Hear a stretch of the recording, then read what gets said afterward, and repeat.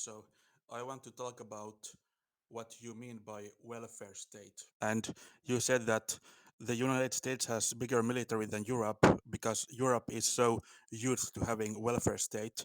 So what exactly do you mean by welfare state? Because US also has things like food stamps and stuff like that. So at what point does government aid to citizens become welfare state to you? Well, I mean, it's hard to pinpoint exactly how much government support is too much, right? But I mean, it's pretty obvious based on the results that many European countries has done have done too much, and America, whatever It is doesn't have America to be doing is hard. You can just check how many percentage of the population lives on it, and that's it. Oh, sorry, yeah. I'm just cut you off. I'm sorry. No, no, that's a fair point. I mean, it's a spectrum. Obviously, there's no hard. There's no. It's not a binary, right? It's more of a spectrum. But you could see based on the size of the industries and the amount of productivity America has and the amount of technology that it produces and how competitive it is, and that America has achieved a better balance, like is basically closer to what would be ideal than Europe. I mean, Europe hasn't produced any major companies.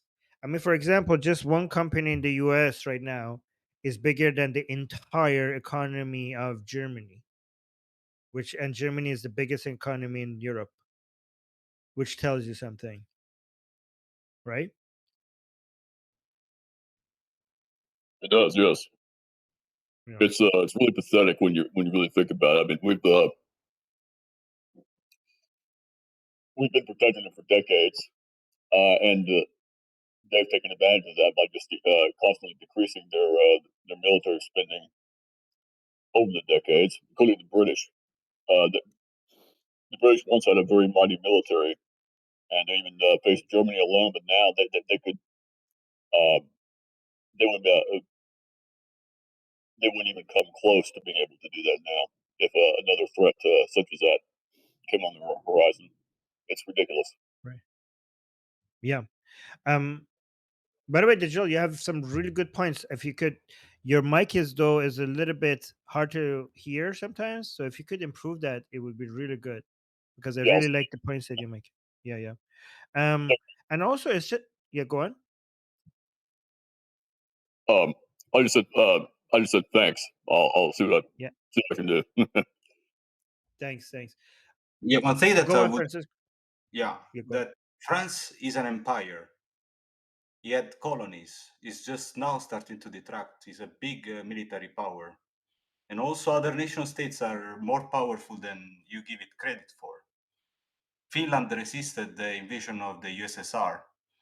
We have a lot of maritime powers in the Mediterranean. Italy and Greece have powerful navies. And Germany was not armed because it was forced not to harm after Second World War. So Poland has a strong military. I mean, I know we sell weapons to Poland, like it has a big military. I think you're not giving as much credit. The thing is that No, Europe weak because Poland is the only one that I agree with. I don't agree with the rest of them. Germany France, was also yeah. France is pathetically weak compared to what it should be right now. And Germany was also willing not to because of their shame of World War II. It wasn't initially they were being forced to, but even when they were like that was really temporary. But even when they weren't being forced, they had it in their own laws not to become like the time that they were being forced to not to expand their military was very short. Once they weren't being forced to, they decided not to do that themselves. It was voluntarily as well. For too long they decided not to expand on their military. Now they're actually doing better. Now they're actually they're the main people in Europe that is taking the threat seriously. Yeah, um, I just but wondered, for isn't aren't they like the strongest in Europe? what? Aren't they like the biggest economy and quite strong militarily, I think, Yeah, but they're quite strong compared to, I don't know, like to Europe. Egypt. Yeah, No, but no, to like I'm Europe. talking about where they should be, just because they are. I mean, who are we comparing them to? I'm comparing them where they should be. Okay, not comparing them to other like third world countries. So is it like when you Yeah, say like they're strong is a relative term. Okay, everybody is strong compared to somebody weaker than them. What I'm comparing it to is where they should be. They're not strong enough to defend themselves without major help from United States. NATO would be pathetically weak without U.S. contribution, without U.S. being part of it. So yeah, they're strong, but not strong enough at all. And And by the I would I way, like, disagree I would with like that. to, I'm sorry.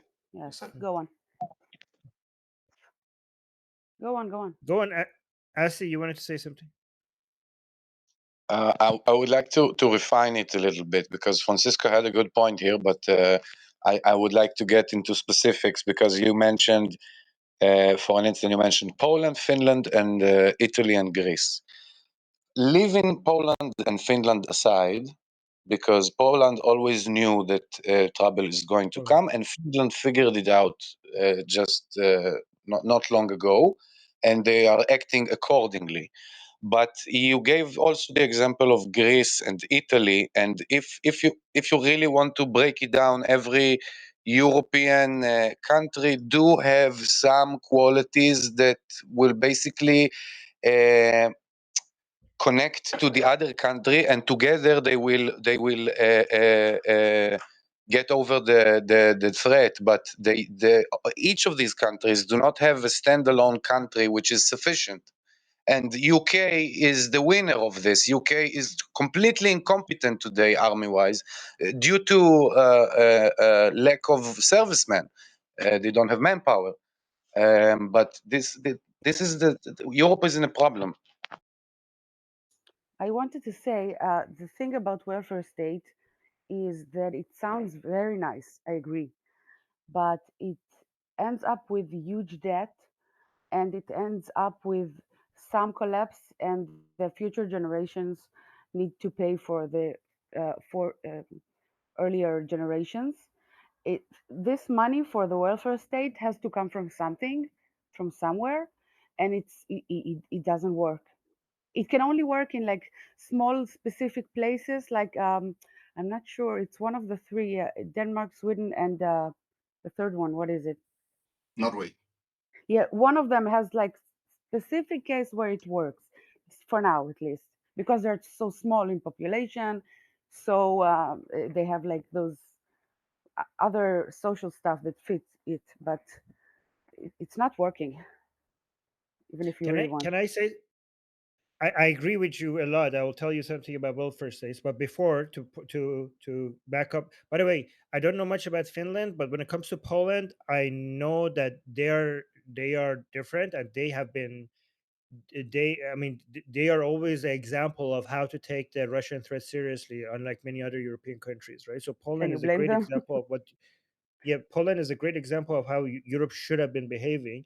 But when it comes to Germany, this is what I have. This is from German officials themselves. High-level German officials, including the defense minister and parliamentary commissioner, have formally assessed that the army lacks critical equipment, personnel, and operational readiness. They have publicly admitted that the force is currently unable to fully meet its defense obligations without significant and time-consuming reforms. And I have a lot of details that they go through it. Like Germany's officials themselves consider Germany's army to be pathetically weak. It's not. You don't even need to say this from outside. They are Such saying it. sentence can be easily heard by Israeli IDF personnel, by the way. The question is if these reforms are like right away worked on. Yeah. If they start to work on it or not, that's the Yeah. question. Yeah, the good thing is that Germany has woken up, though. Like they are the main ones who are leading the charge right now into rearming and defending Europe. So it's They good. just bought an Better late than Israeli never. defense system, the Arrow 3. Yes, I saw that. I saw that. Yeah. Yeah, but Germany did not have any immediate threats. They didn't have an army because they were surrounded by peaceful democratic nations around. Don't they have Now a that border there with was, Belgium? yeah, Oh, No, that's but not. but Germany's assessment right now is that they do have immediate threats. and they are Right? increasing their military. Yeah, but it's too late a bit. You know, like they should have been. Why is it like, late? because the threat that is coming at them is faster than the amount of time that it takes for them to I mean, this is the good thing that Trump did. Trump woke Europe up by telling them that we might not actually support you against a Russian attack. So obviously, I mean, they are admitting that they should have done this earlier. Like, they are admitting this. I mean, even the head of NATO came out and thanked Trump for recognizing this. And there are several nations between Russia and Germany. The threat of Germany is not a direct military invasion. It's immigration. It's fall from within. It's the undermining of their sovereignty by the European Union.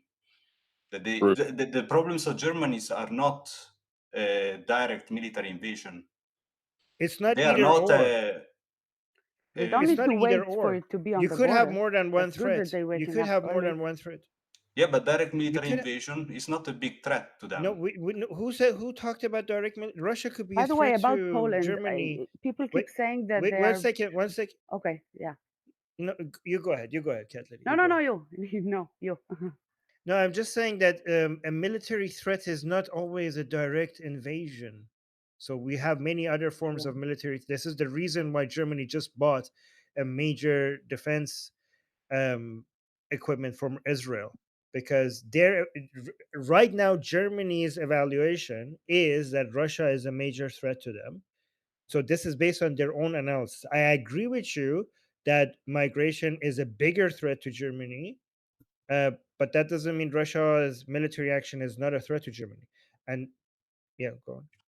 There are And then other several people countries in between. Yeah, but And, Russia has been flying those. Yeah. How do you call them?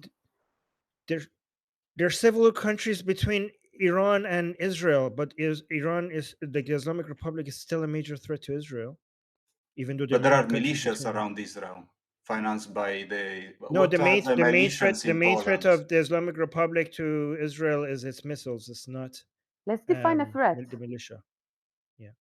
Armin, what do you think? How can you define a threat to a country? Well, anything that could kill your civilians, that could cyber In your attacks, borders? Let me answer you.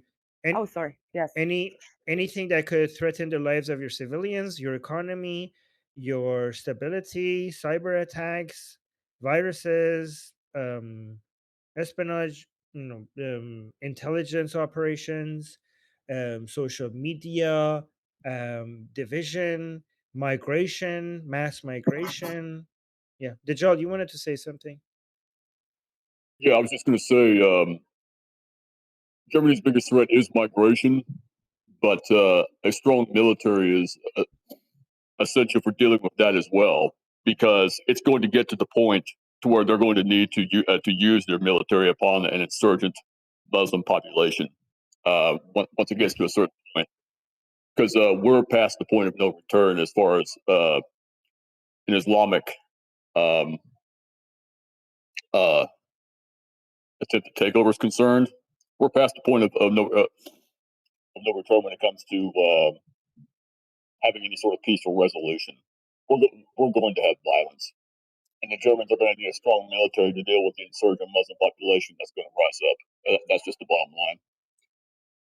There's no way around it. You think there's going to be a military operation? You think there's going to be the military be used against the Muslim population in Europe, their own military at some point? Yes, it's going to be necessary. You're going to have to do it, and you're going to have to strip a lot of people of their citizenship as well. It's either that or wave bye-bye to Europe. That's just the bottom line. That's where we're going. Okay. In the same, probably Canada. and it'll happen here in America too if we don't stop it. So yeah, they're going to need the military to do it because the Muslims are going to try to take over, and they're going to have to put them down. They're going to have to see them for what they are, which is a bunch of seditionists. And once they rise up, they're just going to have to put them down violently. And that's the I don't bottom know line. if it's gonna. I don't think that's how they. I don't think it's gonna come to that. I think that the way the Muslim threat in Europe and Canada, and maybe at some point in the United States, I think United States is actually much better off right now compared to Canada and many European countries. We're not there yet Yeah. in America, and maybe not even Canada. But if we let it get to that point, if we let it get worse, it might. Yeah, but I don't think that the way that this is a threat to Western civilization is from is going to be violent, and I mean there will be more terrorist attacks and more violence, but not to that point. I think the way that this migration threatens Western civilization is through the democratic process. I think it's going to be mostly peaceful, but I'm not saying that as a compliment. I'm saying it because that's actually more dangerous, because you're not going to see, a lot of people are not going to see it coming. When you change the demographic, and then these people, a lot of them become citizens with inferior values, and then they're going to be major voting blocks of the population, and then they're going to elect people that represents their values more than Western liberal values, and that's the threat. Is you're not going to see them creating like armies or militias in the streets of Paris or Toronto. You're going to just they're going to eat away at the Western civilization through its own tolerance and its own democratic processes. They're just going to get politicians, Islamically minded politicians, into office. Armin, can I ask you a question? I agree. Just Yeah, just finish that point. Yeah. Yeah. I was just gonna say, yeah, I agree, man. I think that's exactly what's going to happen. It's going to get to the point where there's going to be so many of them. They're just going to vote in all their people and start changing the laws and basically setting up Islamic governments. But that's the problem, because once they do that, that in itself is going to create massive social unrest, because the native population is not going to put up with it. It's going to get to the point where everybody's so pissed off that there is going to be war. There is going to be civil war, and the indigenous population of Europe will rise up against the Muslims, and there will be blood. Because if it happens, let their lands be conquered by the forces of jihad. I am not going to just sit by and allow the West to be conquered by the forces of jihad. I will also join in. I don't know how it's going to play out exactly, but I have to agree with Dajjal on the fact that in the last couple of weeks, there is a major escalation in the tone, much of the Muslim communities around the West, which is worrying. This, I will agree to that. Yes. Yeah, but if it happens in the way that you're saying, then the armies will be serving them. So if you're talking about the native population rising up, exactly, then the army would not be you on could your only have side. a The army blowback, would yes. be on their side. But most of the armies will still be indigenous Europeans, and I simply do not believe that those armies are going to allow their countries to be conquered by forces of Can I jihad. say something? Just imagine this. One moment. Just imagine that people that you and I or someone can agree with them and can go out and start shit and have, and at some point they will do something that you will definitely not agree with, and they will like do something horrible, meaning or not meaning to do it, it doesn't matter. Something horrible will happen. People will turn against them. Don't be so sure that like army will be for it. And don't underestimate the power of like telling stories about them. It's like there's going to be narratives against them. It's not as simple. I agree. You're definitely going to have people who are going to betray their countries and their people in favor And of just jihad. bad people that will take over and loot stuff and like Yeah, no, you're absolutely going to have that, but what you're going to have is civil war, and I think we're past the point of no return as far as a peaceful resolution is concerned. There will be violence, there will be blood, and we're going to have to fight uh, the Muslims in the streets. That's what's going to come down to. You're going to have to fight them. They're going to take over to the point where they're going to impose their laws. They're going to impose. Your audio is getting lower. Can you? I don't know what happened. Yeah. Can I say something? Because I agree with both of you, with both you, Armin, and Dijal. I think you, Armin, are right in the beginning because some countries will fall, but some of them will be like cautionary tales for others. So, for example, some countries I think are beyond, like Belgium, like England, that I think they are almost beyond saving. I hope that they are. I'm wrong, but some others will rise, I think, and Yeah. some of them will have civil war. Some of them will have a takeover. Yeah. Yeah. Greg raised his hand. Greg, you wanted to say something? So forgive me, I'm not sure how this works if my microphone's on, but Yep, I we can would hear just you. pose a question. My question is, at what point will the progressives wake up to the threat of Islam? Are they starting to wake up at all in Europe or in England? Once it it happened affects in them Israel first, at some point, at some capacity. Yeah, once it but what starts about to in affect Europe? them I personally, think.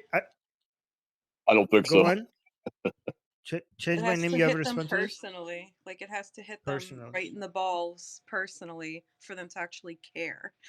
If it starts like Yeah, screwing with their lifestyle and like, because you could see like the ritzy, as Tusi would say, like avocado drinking elite and like that's like literally everywhere that they really can care less. Yeah, even the Anything. cousin is not enough wait. personally. Let her finish. Let her Yeah, finish. sorry. Go No, on, it's change my. no, it's okay. Yeah, like Yeah. even like they don't really care, like because a lot of the I guess poorer communities and the middle class and everybody is getting affected, and the other people with more power like can really care less because it's not affecting their territory. But once it starts spilling in, because they're bratty, they're then going to start caring, and it's then going to start affecting. But um, there's a lot of tension that has been building up for a while now. A lot of tension, and I'm afraid that we're gonna end up seeing like civil wars, like to be quite honest, straight up So, battles, and Yeah. yeah. Once you start getting so getting laws passed that mandate veils and burqas and women can't go out at a certain, you know, after a certain point or curfews or whatever, and of course banning bars and alcohol, which is going to happen in certain places. Exactly. Once that happens, Exactly. yeah, And the left and the right okay. So are also purposely like attacking each other to like cause more chaos. It's yeah, really insane what's going on. It really is. So I feel like all around everybody's getting the minute you feel a little bit of pressure, like all the groups, it's then going to start exactly. going to total so shit. guys, I think Yamiel and Francisco are both from Europe, if I'm not wrong about this. So they could answer that question. Like, do you Please. see? Yeah. Let me see if they have any views on this. By the way, Change My Name's opinion is really actually on point because in Israel, the progressives were, they changed their mind when they were hit directly by the terrorists, and a lot of them became, change their position on this in Israel. So maybe that's what it takes. But go on, Yamil, you wanted to say something, and then we'll see what Francisco, how he answers this. Yeah, so I am from Europe. Someone asked, when will progressives wake up? So I used to be progressive before October 7 and have woken up. Oh, so October 7th woken you up. Okay, interesting. And the reaction Okay, to it.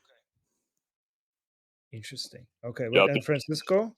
Yeah, Oh, I go. think Europe has a leadership problem because we are strong nation states with different languages, different cultures, and it's very hard to recognize the central authority of the union.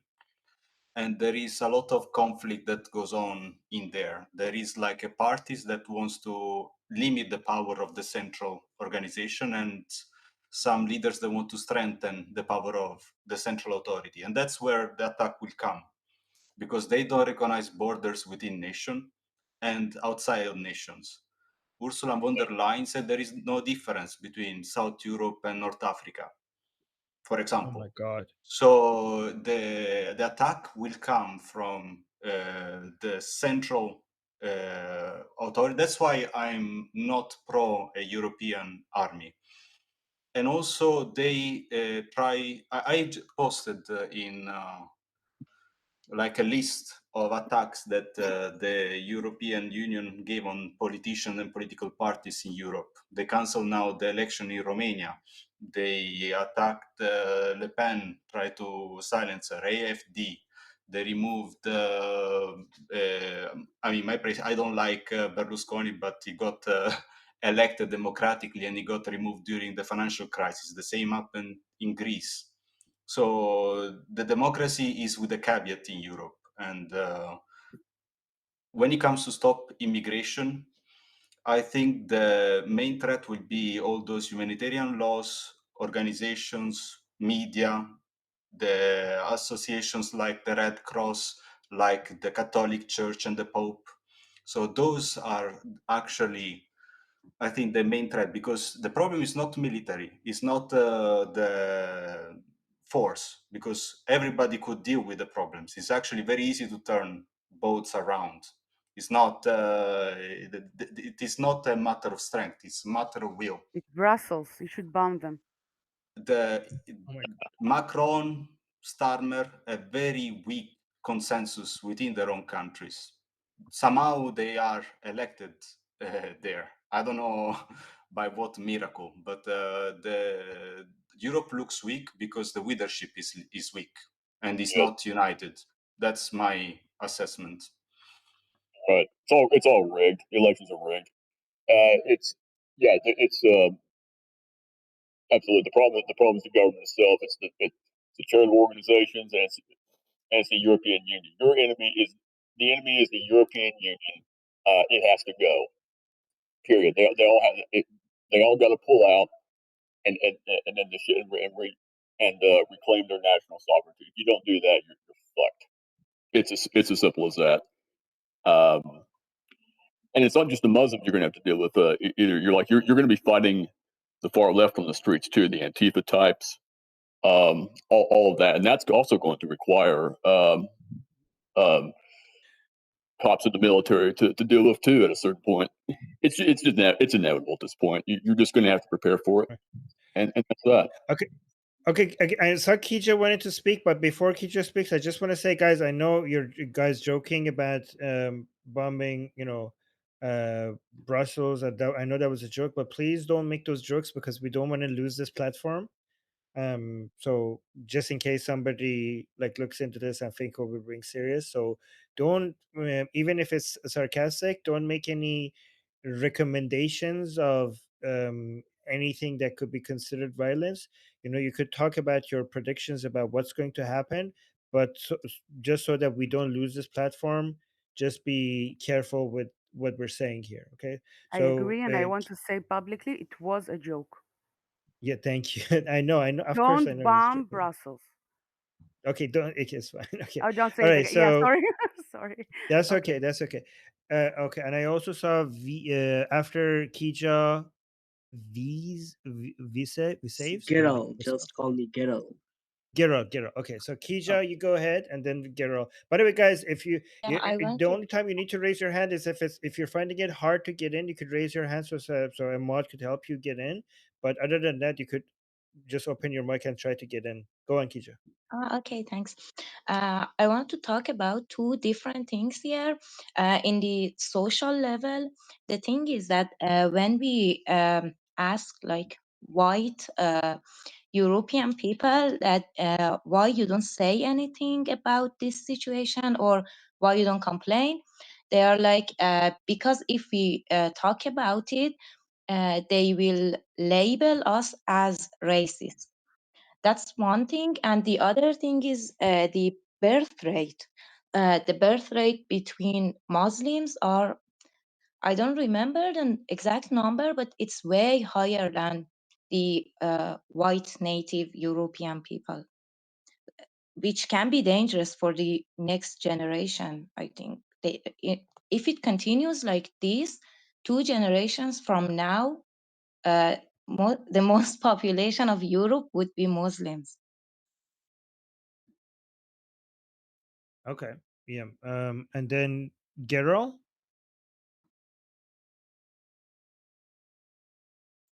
Oh, Geralt left. I don't know if I've seen population, predictions for Europe. I've never seen any of them show that they're going to be the majority. Um, and I think I don't know. What I've seen is that I don't know. They're going to go from 9% to 13%, and then maybe 15%. These are the numbers I'm saying, and I think I don't know. I think that's by itself very problematic because as a voting bloc, they're going to have a lot more influence in politics. But I don't see it based on the numbers that I'm seeing. I don't see like a takeover, like in a way that a lot of people are predicting. I'm just saying more influence in politics and therefore an attack on Western values and Western way of life through the a democratic process. That's what I see. I don't see like the way you guys describing it seems like the entire Western civilization is going to fall. I don't see the numbers showing that happening. Where are you guys like? Am I missing something here? I've heard 2063 in Britain for the Muslims to gain a majority as soon as that. 2063 if things keep going the way they are now. See, your audio is kind of bad. I didn't understand that. Sorry. That's all right. I said I've heard estimates for 2063 in Britain as an example. Like if things keep going this way, they could be the majority in Britain by by that point. You hear that? Are you? I don't think so. I think maybe you're looking at London statistics, not entirety of the UK. I think that's for London. I've heard it for the country itself. And that's one estimate I've heard. Like I'm not saying that's the. I'm not saying it's true, but certain things I've read.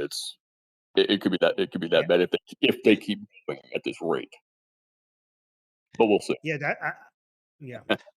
The question is how many cities? Oh, sorry, if somebody else wants to speak. No, go ahead, and then Geralt is back after you, Geralt. But go on. How many cities do you need to control a country? How big is the centralization in your nation? Because if you can take London, Birmingham, Manchester, like Liverpool, those big cities, then you control most of the nation because most of the economy is there. So the question is how decentralized is the nation, and how many cities are. Yeah, but the Muslim people living there. They're not fighters, okay? Even if they are the majority in UK in London, they need a military to control London. They can't just be the majority. Like, and if they don't have enough votes to completely control the army, even if they want to take over London, then the military will come in and just liberate London. Okay, so the point is that the population of the because we should focus we should look at it in the terms of voting to control the army, because being the majority in London is not good enough to control, to basically take over London, because the country itself still has a military, right? The point, you start losing the military when they have enough votes in the entire country where now the army is serving them. Yeah, the main party is focused on immigration.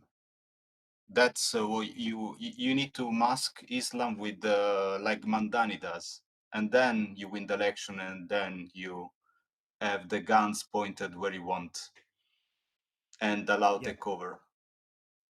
I just don't see the demographic. I mean, the demographic shift is so high that I'm like, I is high, and I think like we might, if we exaggerate, then people will don't take this real threat like, because right now I see too much of a demographic change, and it's very concerning, right? So for example, I see going from 9% to 15% a big problem, and then if we tell people that they're going to get to 50%, and that doesn't happen, they were like, oh, it's only like 15%, so it's only 13%, so it's not an issue. But to me, 13% is a huge problem. Like, people don't understand how little it takes for you to be able to change the politics of a country with even a few percentage points. But if we keep telling people that they're going to take over the entire country, then they're not going to take the threat that is real, in my mind, seriously. You know what I mean? Like, people are like, okay, so you guys thought they're going to be majority, but it seems like they're going to only be 13%. So I guess we're good. And then we're not going to be able to sell them on how big this problem is. Yeah, Like, so Gerald, you wanted to say, oh, but let's go to Gerald, Yeah, because yeah. Gerald was I waiting. mean, Yeah. yeah, I had a lot of things to say. Now, let me introduce myself. I am from a country that is between South Asia and Southeast Asia. It's now seeing a high rise in Islamic extremism. And I wanted to talk a lot more about the country, but I am not. I'm going to clear a lot of viewpoints that you guys have about the European Union. Earlier, someone just said that European Union should disintegrate. I disagree with that, because you need European unity. You need European unity against Russian aggression or against the Middle Eastern aggression that I tend to call it. Because without a centralized Europe, your military economy, it will not be synergized enough, it will not be synchronized enough. Without being united, European countries are small and weak, except from perhaps Germany or France. And we simply do not want to see another World War I or World War II happen in European soil.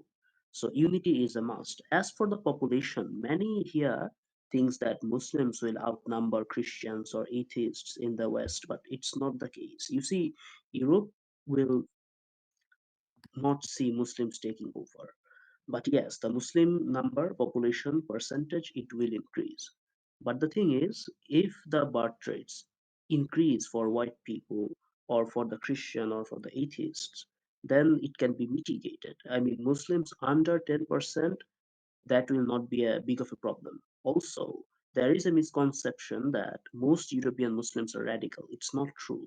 There are a lot of European Muslims who just want to live, and they're not soldiers, and they're not like radical Islamists. The radical Islamists, I think that will be uh, 20-30% of the Muslim population in the West. Then somebody talked about centralization. Well, I do agree that urban centers, when Muslims mainly concentrate on urban centers, you see London, you see Paris, it's true. But think of it. Most of the people who control the wealth in these urban centers are all non-Muslims. Even in New York, you see who voted for Mamdani. People who were lower middle class, lower economic class, working class, they voted for Mamdani, including the Muslims. So they don't control the economy. As long as the economy is controlled by people that follow our ideology, like, I don't think that it will be much of a problem. But economy is a very important thing. You have to think about that too. Additionally, I mean, there are investments that come from the Gulf states like Qatar, Turkey. These countries, they want to subvert the West. They want to infiltrate many organizations. And I have been inside these organizations and I know how they work. As for Mamdani being a mask to impose Islam, well, Mamdani is also working to legalize or actually make it easier to do prostitution and make it easier for LGBTQ people. So he's not a clear pro-Islamist guy. But yes, under him, I have observed that many radical Islamists in social media claiming that under Mamdani, it will be much easier for Dawa groups and for pro-Palestinian pro-Hamas groups to uh, participate in protests and to organize in New York. So New York in the coming days may become like London. It may become a hub for Muslim Brotherhood if the government of the United States, fortunately, they have woken up in Texas, and Trump has said to that he will take actions against the Muslim Brotherhood. So I think that is a good thing. As for the military, let me say one thing: the military is the most important component of a country. You live in a country. If your military is patriotic, if your military is aware of the things that might happen if demographic balance doesn't stay, then your country will be protected. So military is very important. So this is all I want to say, and I'm taking a very big risk by talking here. I hope it isn't recorded or it doesn't go outside, because if it does, I'm gonna be in a trouble because people might recognize my voice, and I Oh, simply we are recording this. oh, so it's gonna be on YouTube. Yeah, doesn't it say that it's being recorded? It says that Yeah, it's yeah. being Oh, recorded. I didn't see. Okay, no worries. Fortunately, I have a common cold, and my voice Oh, is kind of different, so most of the people will not recognize me. So it's kind of okay. So risky from what I'm saying. you're okay. Yeah, So because we are going to put this on YouTube, I hope like you don't mind. Your voice is different enough. yeah, yeah. It's different enough, I guess. Okay. Okay. So maybe use a voice changer when you get better next time you come, if Okay, you're okay. concerned. Yeah, yeah. And stay safe. Yeah, exactly. Holy. Okay. I hope you get out of wherever you are, so you could like, because I like your point. So I hope you get to be here and contribute. Um, let's see. I see Essie and really appreciate you being here. I saw Essie and Samantha raise their hands. So Essie, you go ahead. You wanted to say something? Yeah, yeah, I have a little comment also to Gerald and also to people who spoke before. I tell you something: the risk of the mass immigration, and it's not because the numbers that are rising are not because they just have a lot of babies, also coming by the millions every year. So this percentage, it's not organic. It's if you look at it, I think that you will find out that it's almost exponential. If you start looking at it from the early, I don't know, 2010 or so, they're coming in waves that are getting bigger and bigger. So the percentage that you see now, it's and you have many that are not documented that are walking around. So you don't count them. So it's pretty tricky, the numbers. And beyond that, what we learned here in Israel and when dealing with all these terror groups is that it's not the sheer number that gets you. Gaza has about 1.6 million people, yet they dragged us into a venture of more than 2 years. It's not the numbers of extremists, it's how extreme they are and how comfortable they feel to commit their extremism. Yeah, I agree with that. A minority could cause a lot of damage. I just think it's just what it would look like when it comes to violence is a lot of terrorism, a lot of violence, but not like a takeover of Europe. That's what I'm thinking. Maybe I'm wrong. I just think like, and also I agree with Girl when it comes to a lot of these people being not being radical, but they are also a huge part of the problem because they might not do terrorist attacks, but they vote. Okay, and they vote against free speech. They vote for illiberal values.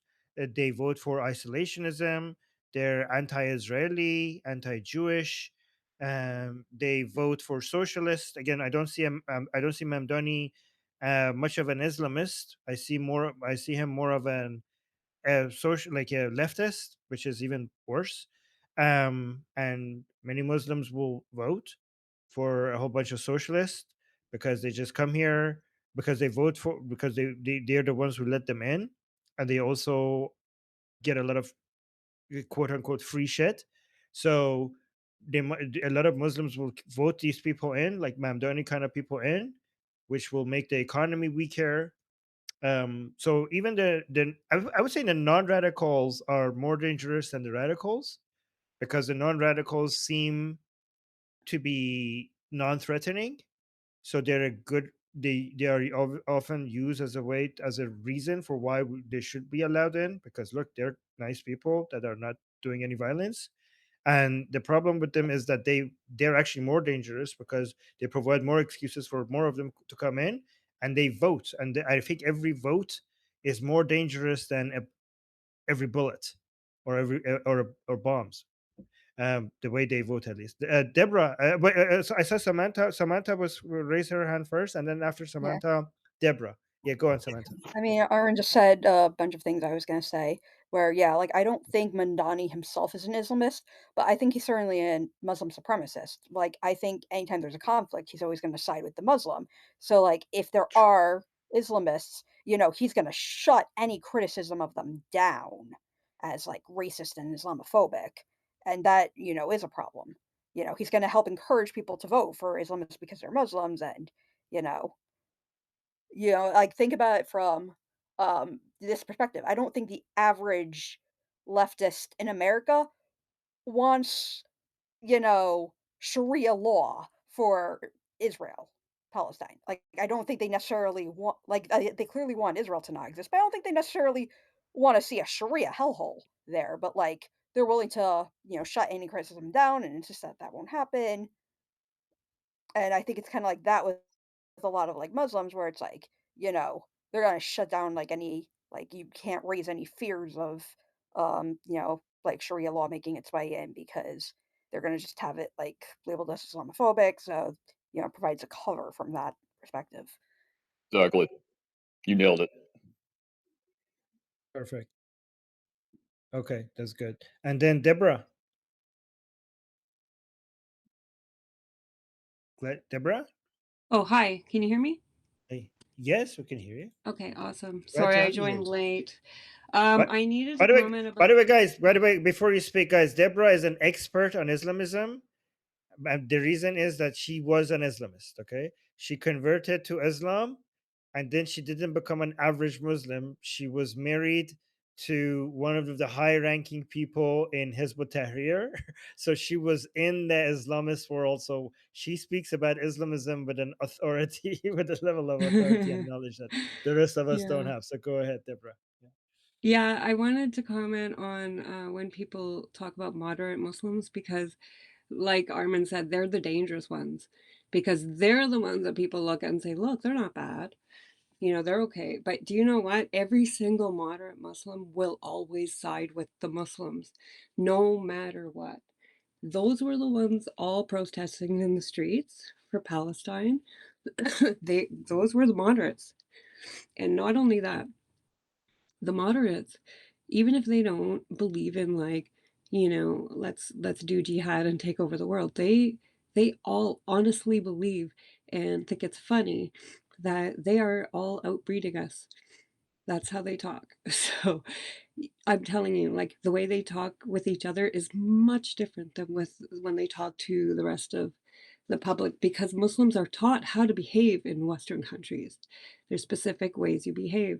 But every time, and it doesn't matter like what the population is, as soon as it gets to that tipping point, they'll be on their side. It doesn't matter how radical or anything it is. They will always be on that side because they're Muslims.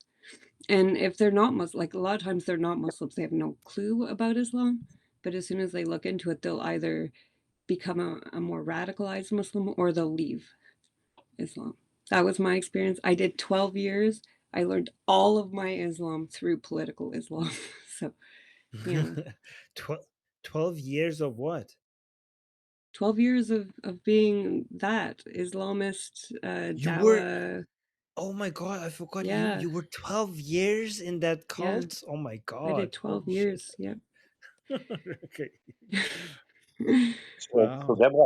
Deborah, so correct me if I'm wrong, but according to what I say, and now that I listen to what you say, I come to an understanding that actually it's a combined thing. It's not either the radicals or the moderates. It's the radicals that get a slight push, a slight wind in the back, and give a slight push to the radicals, and then you have the whole system. Is that the case? Yeah. The radicals are just the loud ones, right? The moderates listen to them and learn from them quietly. And it's I believe Islam is Islam. Like, even when us Muslims would talk to each other, we would call each other radicals and Islamists, because that just meant you practice the religion. Like, literally. And not only that, like, this whole thing about like banning Sharia. Sharia is Islam. So every mosque is practicing Sharia. Every Muslim is practicing Sharia. Sharia courts, that's the mosque. That's where people go to get married. That's a Sharia court. They go to the imam for the Sharia court type of rulings. It's always happening. People are very confused when it comes to those type of terms. Yes, absolutely. You nailed it. Just Yeah. to add something to what Deborah said, I also believe in her word. I had a personal experience that, because I'm from Iran, one of these moderate Muslims drinking alcohol, being okay with everything. But he said to me, because he thought that I'm from Iran, so I should be also Muslim. He said to me that one day Muslims, all Muslims, like Shia, Sunni, we will collaborate and take over when the day comes. So you should be careful. Yeah, I've been told that too. I've been told that in Australia I was interviewing Muslims, and then this is actually, I did a documentary that went viral. It was on the news. I was interviewing Muslims and I was asking them, I would like to try to see how they could justify Islam teaching that anybody who leaves Islam should die. And the guy was telling me that, well, you could just go to a place that is non-Islamic and then we wouldn't have to kill you.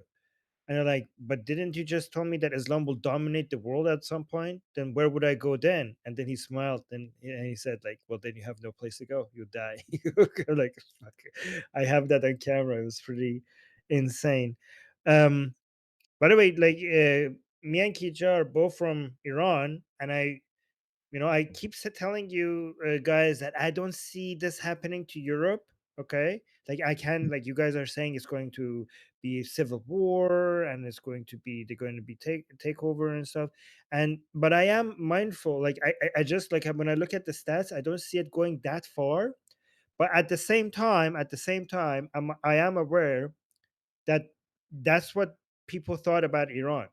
Like in 1978, nobody would have predicted that Iran is going to fall to a theocracy, right? Like, I know it's pretty normal for you guys to consider Iran to be an Islamic theocracy right now, but if you knew anything about Iran just a year before the Islamic Revolution, it was unimaginable for that country, because the country was very, very progressive and it was advancing so fast in the right direction. So it was on nobody's prediction that this will happen to Iran. And then the unity between leftists and Islamists in Iran, basically they took down Iran. They were successful. So yeah, you never know. Francisco, you raised your hand. Yeah, it's a Oh, and question to Dajjal you. also. Oh, okay. You said that they're probably not taking over Europe, but could they take over some of the countries within? You think about Europe as a single country. Yeah. No, But not a country. none of the countries within the Union. What do you mean? They're not taking over Europe? Belgium, Well, I mean, can it some be of them are Netherlands, already Muslim. Sweden? Albania is already Muslim. To the Ottomans. So, like, which ones Would do you think is? We're talking about Western Europe, right? Like, which one? Which one do you think? Like, I don't see UK falling. I see UK becoming more illiberal and more backwards and less free speech and more economically, depressed. Uh, because Sweden. of the That's the I problem. don't see. Yeah, I see Sweden. I see every single one. Yeah, of course, that's a problem. I think that is the threat. I think that Muslim migration is going to cause all of these problems. Okay, and I think it's going to be a slow death rather than a big war that is going to take them down. And I'm So just going to see like yeah, go. something's gonna happen to set it off. You're gonna have you're gonna have a murder. Some girl's gonna get gang raped to death. In a very visible public way, and it's just going to ignite something.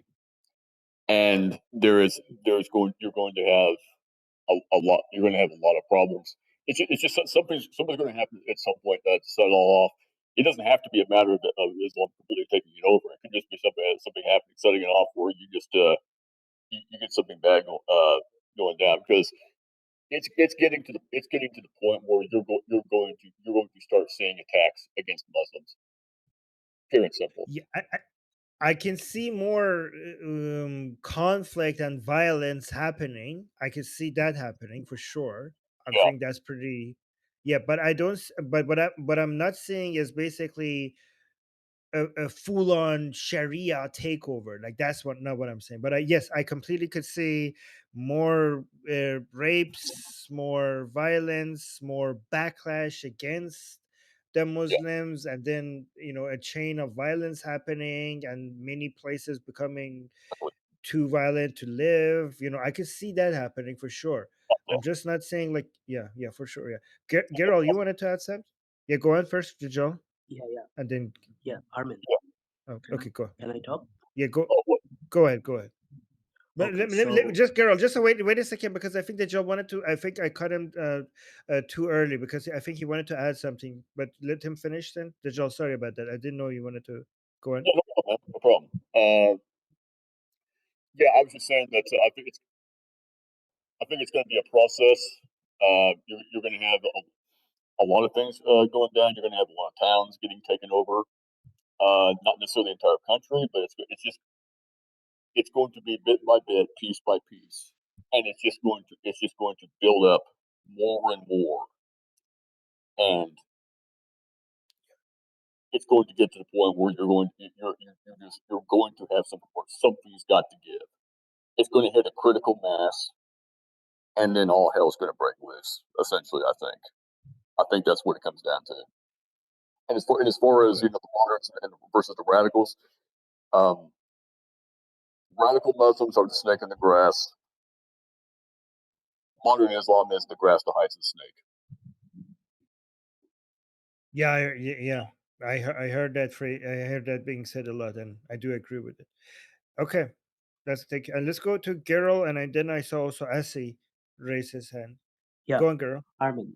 Yeah. So you talked about the Iranian revolution of Islamic revolution of 1979 that happened in Iran. Well, recently, the country that I reside in saw a student movement that led to the ouster of a very similar dictator.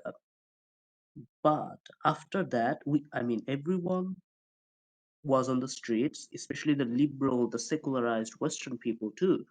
Although we have a very few of them, but they did get out. We all thought that the country will turn into more inclusive, the country will turn into more liberal. But the thing is, the bulk of the people who were in the streets in the country that I reside in during the movement were extremely radical Islamists, either radical Islamists or like youth gang members. So right now we are seeing the country being divided. On one hand, you have Iranian style Islamic politicians linked with the Muslim Brotherhood, the Jamaat Islami.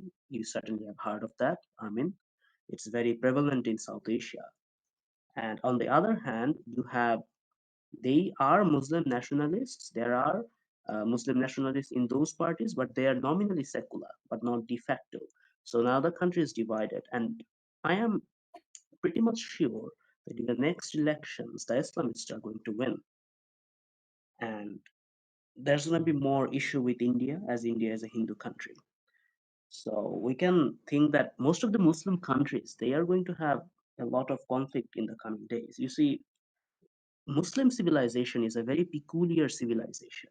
It is the only civilization that has border with every single civilization. In Africa, you have the Sahel region, you have Nigeria, you have Somalia. There is conflict brewing there. In North Africa, the oceanic border with the Europeans. So you see people migrating there illegally through the oceans. You have Turkey and Greece conflict. You have Pakistan, India, Bangladesh, Indonesia. Although Indonesia doesn't have much of an issue with India, but Pakistan and Bangladesh, they have issue with India, right? Central Asia has issue with radicalization and they have high Chinese and Russian influence. So they have this post-Soviet influence. And inside the core Muslim civilization, the Saudi Arabia, Turkey, Iran, you have a tripartite struggle, like three uh, entities, Iran, the Gulf states, and Turkey. They are competing against one another for influence. So the Muslim civilization, when it comes to unified political threat, will not be a threat to the West, because the West excels in military and technological capability and in stability and in more cohesion when it comes to military and economy and defense. But the biggest threat to the West is its demographics. If the West can fix the demographics, it will be all okay. And Muslim demographics is also decreasing. If you look at the Muslim nations, throughout the years, especially in the last 10 to 15 years, the birth rates have plummeted. So even the concept of Muslim birth rate, yes, it is still high, but it has lowered. It is becoming low. And another thing is, yeah, there are many people say that the UAE Gulf states, they want Islamophobia to rise in Europe or United States because they think that if Islamophobia or anti-Muslim sentiment rises in Europe or the United States or many other countries, then a lot of skilled Muslim immigrants will migrate to the Gulf states or migrate to the Turkish Republic, and it will actually enhance their productivity. I mean, many people claim, but I don't know. Yeah, I have finished my speech. Thank you. Okay, thank you for that. Asa, you wanted to say something? That was, by the way, that was great, girl. Thank you so much. Yeah, it was good. I think I have a feeling that we are kind of circling the topic, and I want to focus down and ask a question. I would like to ask Deborah actually. I believe that the question that we are kind of circling is not whether Islam will triumph and lead the West, but whether will it attempt to. Now, Deborah is somebody who was a part of the inside. You heard stuff. You ate with them. You slept. You everything with them. What do you think? Slept with them as well because she married. Yes, she No, married the Yeah, I got high it's 4 rank. the more kids. common thing to say in Hebrew. And so, Yeah. Okay, all right. So you're asking whether they will attempt to? yes, and how do you predict it will look like? Here's the thing, they all believe that it will happen. So they're all in that what is it called? Like when you're fulfilling a prophecy, like by default, right? And here you got all these different groups like Hizb ut-Tahrir, Muslim Brotherhood, Hamas, any sort of organized group or organization has a different method of how to get there, but they all believe that the entire population of the world needs to be Muslim. That's just part of the whole thing about their religion. And if that doesn't happen, that means it's not real, right? I think they're all striving for it. And so Hizb ut-Tahrir in particular, they strive to first overthrow a Muslim country through a military coup. That's their method. And then they'll establish their Khilafah with that and then spread on from there. And these groups battle each other nonstop. And here's the problem with the Muslim Ummah, quote unquote. They're united, but they're very divided too. Because you watched ISIS like kill each other and other Muslims almost more than other people. So it's like, you know, they're going to try, but I think they're just going to end up destroying each other anyways. But I believe the majority attempt to, yes. From my But Deborah, isn't experience. isn't that the point of the so-called Palestinian cause? Because they disagree on so many things, and the only thing that makes them work with each other is the so-called Palestinian cause. Isn't Oh that yeah, that the is whole their point? one uniting. Well, I mean, getting rid of Israel is the common factor, and that's what also unites the Sunnis and the Shias, right? That's Yeah. one of the things that unites them. So that's absolutely like, I mean, they all But want their that's day why of they need it. judgment. That's why they need it. That's why they need Yeah. it because on everything else they fight against each other. Oh, On this is, yeah, everything hinges on this, and everybody gets their Yeah. fire inside of them through that conflict. It's crazy. Mm. And but yet they all reject Palestinian people. It's like so messed up. So messed up. I've never seen so much hostility towards other Arabs than within that circle. It's like, why? Like, what are you doing? You're supporting the cause, but you don't like the people? What?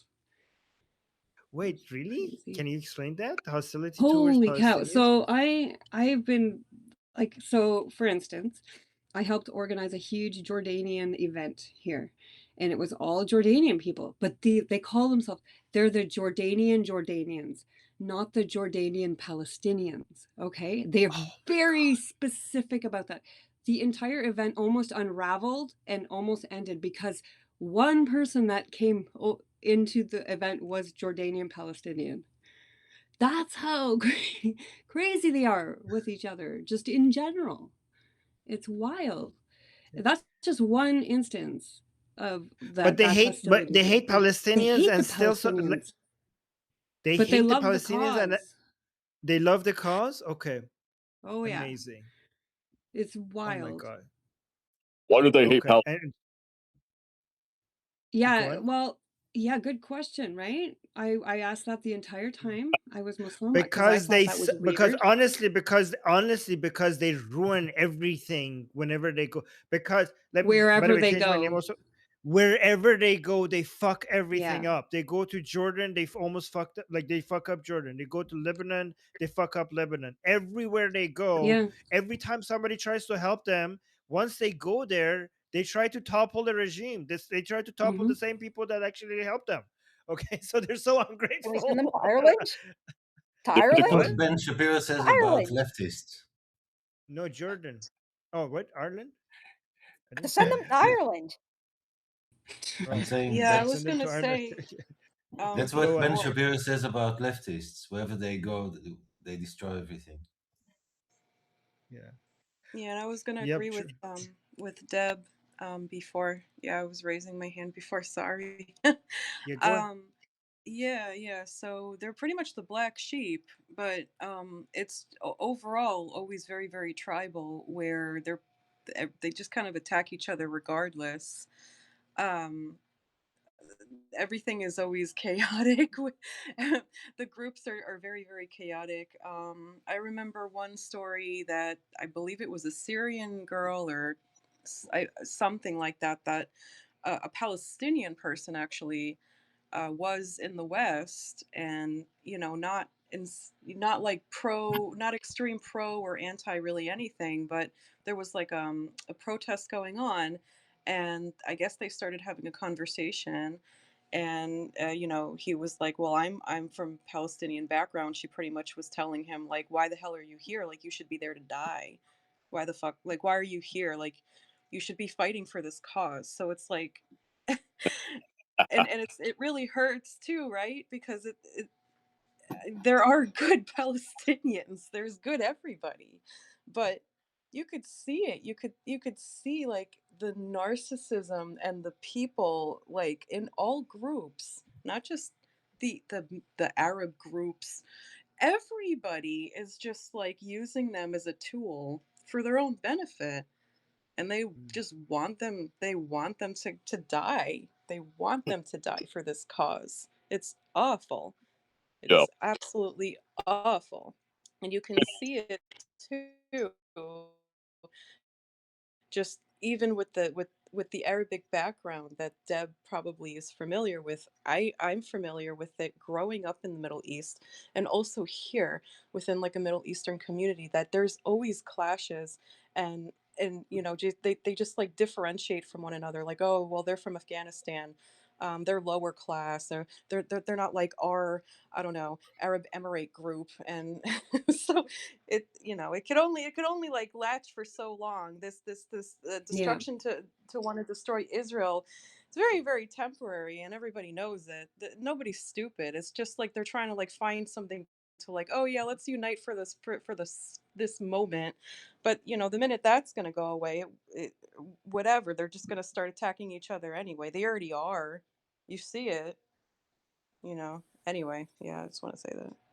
Yeah, Yep. that's the one thing, but they will never stop going after Israel, regardless of how Oh, undivided of they are. course. That's literally Oh their yeah. only divide or connecting source, unfortunately. So Of course. That's why Israel just needs to fucking kill them. Don't show But they any mercy. can't have Israel go, right? Can you imagine if Israel goes? If right, all Jewish people, if we all just like disappear, they want to kill us all, we're gone. What's gonna happen? Yeah. What's gonna happen? Okay, So here's in Well, the it. end, then they they'll need kill us. each They other need us after in the that. end. Oh, of course, they'll kill No, each no, other. no. But They that's got no, no. also Here's the point of unity. Then, like, guys, we were successful. We got rid of the Jews. So no. They're gonna let's make put our somebody else differences Jews. aside. Let's No. focus now on America because Yeah. Well, yeah. There you go. listen, see what we could achieve when we work with each That's other. the thing. If there's Well, going to that's become true. another set of guys. Jews, you want to destroy the Yeah. Jews, there's going to be another group of Jews. That's just how it is, unfortunately. Nobody else wants to be the Jews. So, unfortunately, you know, I guess you guys got to deal with this a little Yeah, bit. Gerald, go. Well, Yeah, Gerald, go ahead. basically, it, Israel is like the first wall against Islamism. You see, the day Israel falls, there will be a unified group in the Middle East. It can be the Arabs, it can be a new Ottoman Caliphate, it can be a pro-Iranian revival of Achaemenid Empire, but it will be highly Islamic. The Achaemenid Empire was good, but the thing is, then they will target Europe. You know, the Ottomans used to invade Europe in the past, Vienna wars, and if you guys do remember, the Umayyad Empire or the Umayyad Caliphate, they did took over entirety of Iberian Peninsula, and they were like close to France, the Battle of Tours. You can study it. So if there is a unified political entity in the Middle East, there is a high chance Europe will be invaded. And Israel is like a wall against all this invasion. The day Israel falls, you're gonna lose the first wall in that war against Islamic extremism. So you need to protect Israel. You need to make sure Israel's border increases, its sphere of influence increases. It's a must. Without that, So, the West risks annihilation. I agree. so Gerald, Gerald, that was very well said. Just I want to make a tiny adjustment. Israel is the second wall. There was a first wall that fell. The first wall was the Pahlavi wall, and the first wall has fallen. Israel is the second wall. The Pahlavi I wall see. Say that again. I said the Pahlavi wall, as you call it, needs to be rebuilt. Israel needs to finish the Yes. Yeah, imagine that. Imagine now that they're trying to go for the second wall. Imagine the first wall gets rebuilt. So not only you didn't succeed with the second wall, you actually went one step backward. That would be such a powerful message to send. Exactly. That Yeah. must happen. They have to take out the Ayatollah and bring the regime down. They must in the fight Yeah. against Yeah. it's God, got. be I'm so prepared. pissed at Trump for not letting them do that. Be prepared for the propaganda. Should Pahlavi come back, you know, like all the like Al Jazeera type media outlets are going to be running like all these horror stories about how horrible it is in Iran and how like showing like people on the news like crying about like not being able to like practice Islam, and they're going to make it seem like it's like a genocidal thing where it's like end of the world apocalypse in Iran and Muslims are being rounded up and killed. Like, be prepared for the sheer level of insanity of propaganda that will come out in the aftermath. Oh, absolutely. That's I'm looking that's forward to it. actually a very good that's actually a very good point, because they're going to have a lot of material, because once the regime falls, there's going to be a lot of things that is going to, because they like a lot of things in Iran is like a house of card that is basically being held together with duct tape. So like a lot of subsidies and a lot of stuff that the regime cannot afford. So once the regime actually falls, things have to get a lot worse at first before they get any better, right?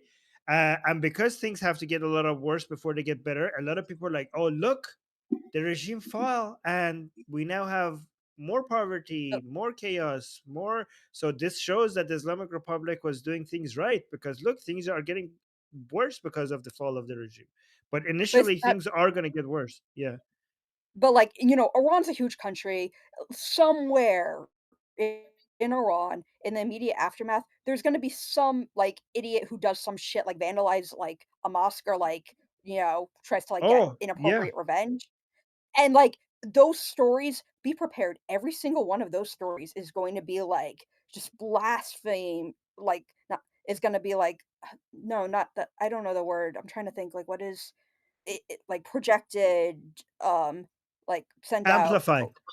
Amplified, thank you, amplified. Yeah, it's gonna be such amplified as like, see, like it's a total just genocide of Muslims in Iran. Like it's been taken over by people, and they're just committing like this horrible, like it's been taken over by like a small group of Iranians who are brainwashed by Israel, and they're committing a total and serious genocide against like the Muslim majority population of Iran. That is what they are going to be amplifying, and they're going to use every little incident of like revenge where someone like vandalizes a mosque or does something to like as evidence.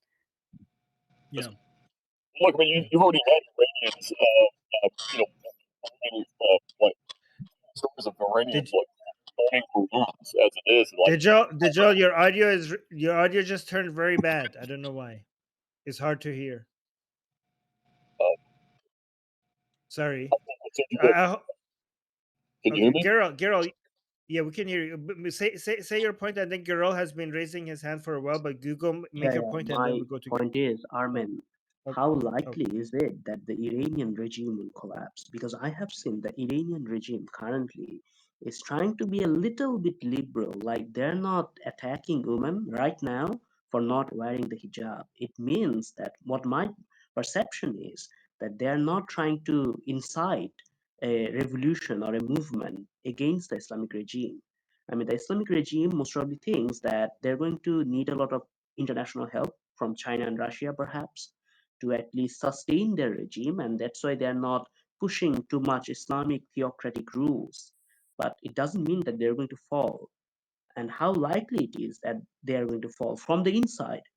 The thing is, nobody can risk an invasion of Iran. An invasion of Iran will literally move a lot of support away from Well, the anti-regime populace to the pro-regime no, populace. okay, wait. We're not talking about invasion at all. Nobody is going to invade Iran. We're basically, if there's a regime change happening, if we're talking about outside pressure, we're talking outside forces. We're talking about Israel.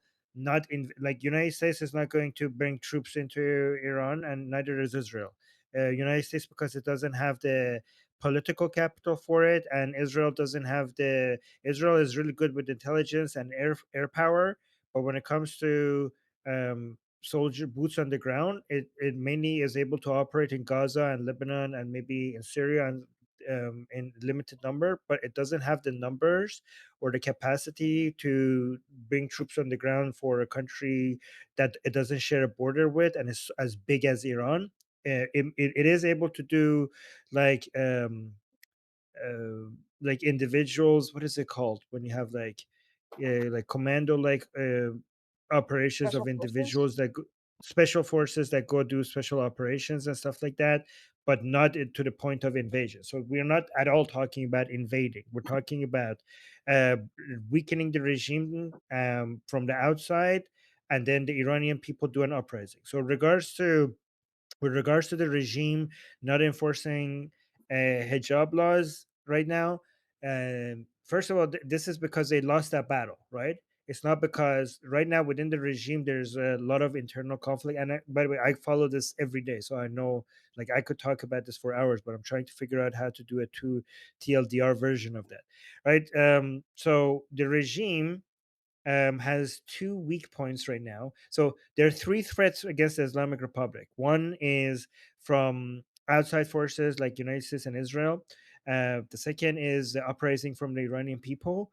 But the third threat is the greatest threat, which is internal division and the religious um, radicals turning against the regime because they have deemed the regime to be not properly Islamic, right? Which is, this is basically their own people turning on them.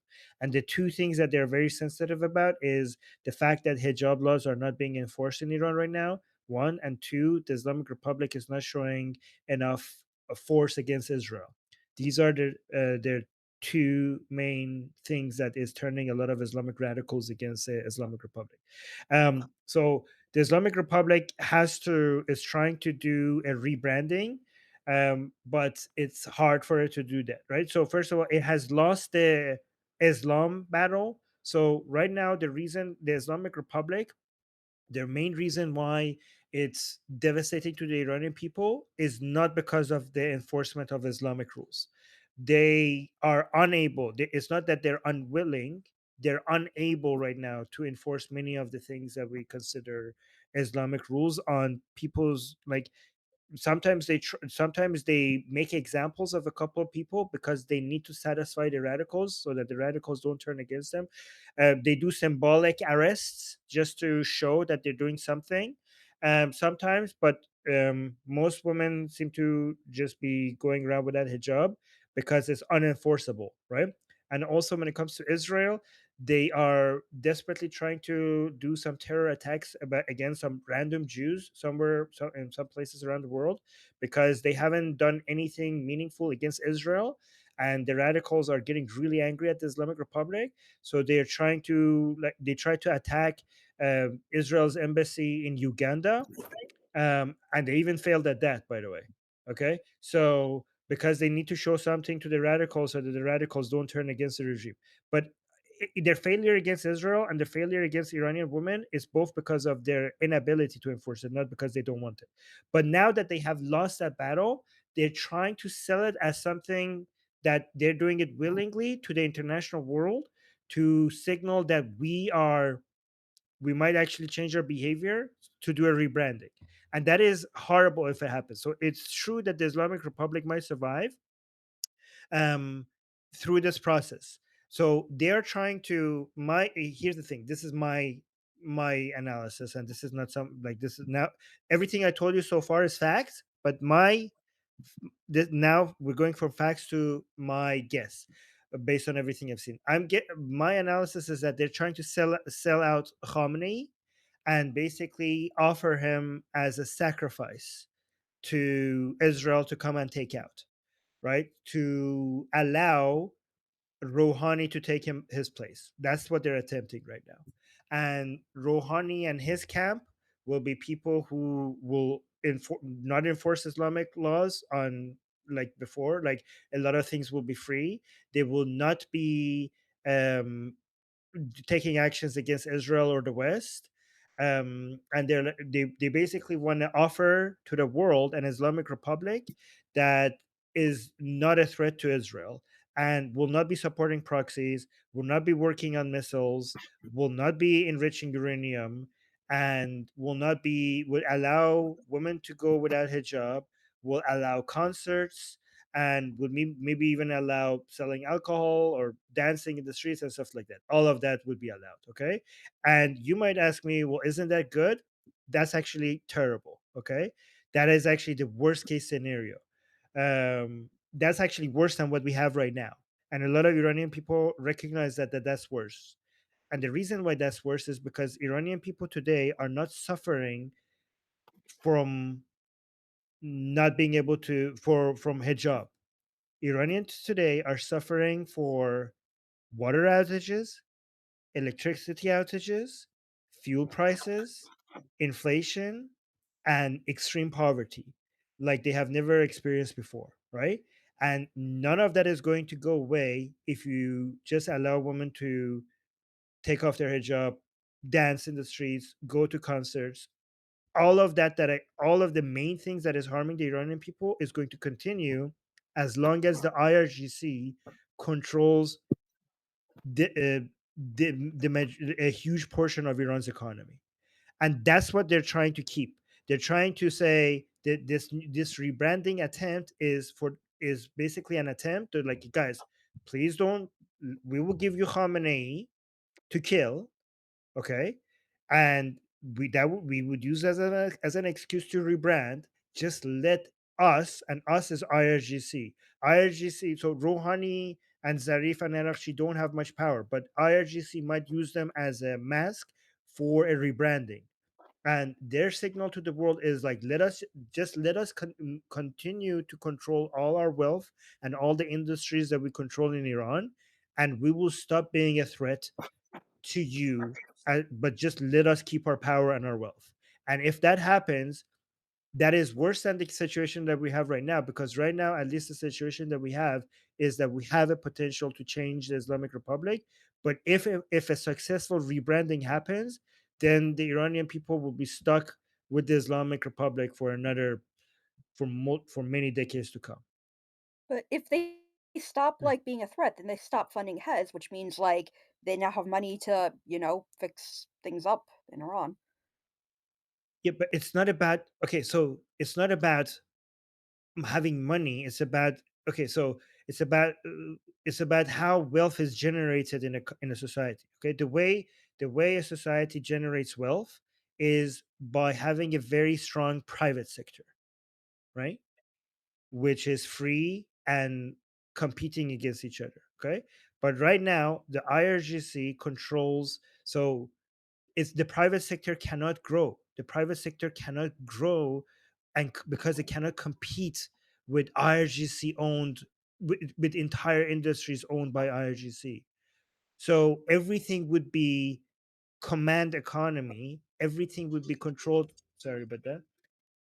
Everything would be controlled and from top down, and that's going to that's going to paralyze. So guys, the way an economy grows is not a government just handing money to spend on things. So like, oh, we have now money to build this or build that and invest in the people. The government shouldn't be funding different sectors. The government should be getting out of different sectors and just allowing the private sector to grow by itself. That's how wealth is generated. And IRGC would not allow that because IRGC would want to maintain its grip on the economy. Yeah, there's certain things they're just not willing to do or let control or let go of. It would be too much of a threat to the regime, and it would increase the chance that they would fall if they did that. Yes. But So Armin, there's also the Israelis in the picture. I don't think that Israel forget the night with 900 drone ballistic missiles and cruise missiles that was sent here. I think that people like Rouhani is still very much on a hate list. I don't believe that it's good that the Israeli government is going to let it slide like that and keep someone like this in power. I mean, I don't know. I really don't know. even if Rouhani is so yeah, I don't know. This is a good. I don't know this. You tell me. So if the Islamic Republic is no longer a threat to Israel, and they stop enriching uranium, they give up their missiles that have ranges that could reach Israel, and they stop supporting proxies in the Middle East, would Israel still want to The sentiment here is that everything that the IRGC said and doing is to stall time in order to gather, regroup, and attack again. And there is a pretty wide understanding about this. So, you said that they will say that they will not enrich uranium. They said it before. We've been there. So now you say that you don't the missiles, so they put it somewhere else. It's like this is the way the Israelis thinking right now. Yeah, but that's good if that's how Israel is thinking. That gives me a lot of hope. Their attempt is to say that was all Khamenei, okay, and now that we got rid of him, that's all over. Khamenei cannot push on so many buttons at once. Yeah. So if this is, I'm not saying if they're going to be successful or not, but if you look at right now, their narrative is like you see so many people within the Islamic Republic all of a sudden came out at the same time saying that, Khamenei made all the decisions. He is the leader of everything. And Bullshit. It's very interesting because there was 1 week of so many officials coming out and announcing that. And even the president came out and said, guys, if they kill Khamenei, it's all over. Like everything will fall apart if they kill Khamenei. And they also said like he was the main decision maker in everything, and none of us would be able to know what to do if it wasn't for him. So they're kind of signaling to, but they're basically, to me, that sounds like, hey, Israel, everything that happened was this guy. Come kill him, and it will be all over, right? Instead of doing that, we go kill Rouhani and we kill IRGC. That's what I was saying on my Persian show. Like, please, Israel, if you come here, on the English show, take out that's Rouhani where you first. Following you. You want Mossad to pick up this shit? Like, you want Mossad to pick up this shit? Like, saying it in the English show. Okay, these days Mossad is speaking more Persian than English or Hebrew. I know that. These days there are more Iranian Mossad agents than any other. Okay. There's like, when we talk about Mossad agents in Iran, we're not talking about Israelis. We're talking, every single one of them are Iranian. Mossad agents in Iran, they're all Iranians, right? Armin, did Azerbaijan threaten the IRGC this week? I did not see that. Did they? I saw it in a headline on channel 14. I think it was yesterday. Oh my god! In Hebrew, though. Check that later. Okay. By the way, let me add something this, because I don't know if you guys know who Larijani is in Iran. He said that Khamenei is behind all decisions, and then right after he also came out and said that we don't our animosity, with United States is not inherent. Like it's not, we don't have to be the enemy of the United States necessarily. Like it's not innate, okay?